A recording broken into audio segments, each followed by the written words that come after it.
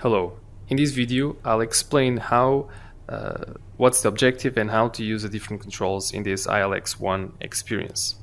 So first, if you use your wrist menu just like you used in the lobby to select this experience, you'll see the objective for this experience detailed and then how to finish it. So first you will get into this area where you have a maquette of the city and the 5 different locations with different colors.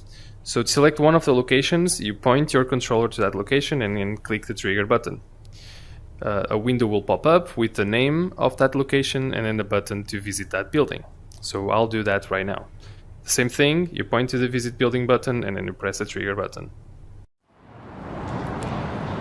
Once I'm at the location, I will see an eye icon rotating, usually in front of you. So you can interact with it by pointing at it with your controller and then clicking the trigger button again.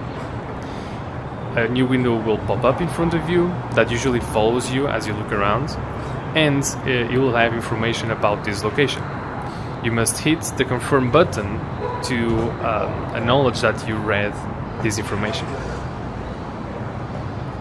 Once that's done, you can use the wrist menu again to move back to the maquette view.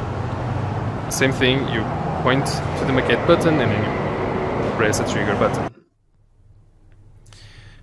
Once you get at the maquette view, if I click the same building that I just visited, I'll see that it has a green highlight outline and a label saying already visited. Now I can do the same thing for all the other buildings. So if I click another building, I'll have again the name, image, and then the visit building button. You should do this for all the buildings. Once you're done, then you can go use the wrist menu and hit finish experience to finish this ILX1 experience.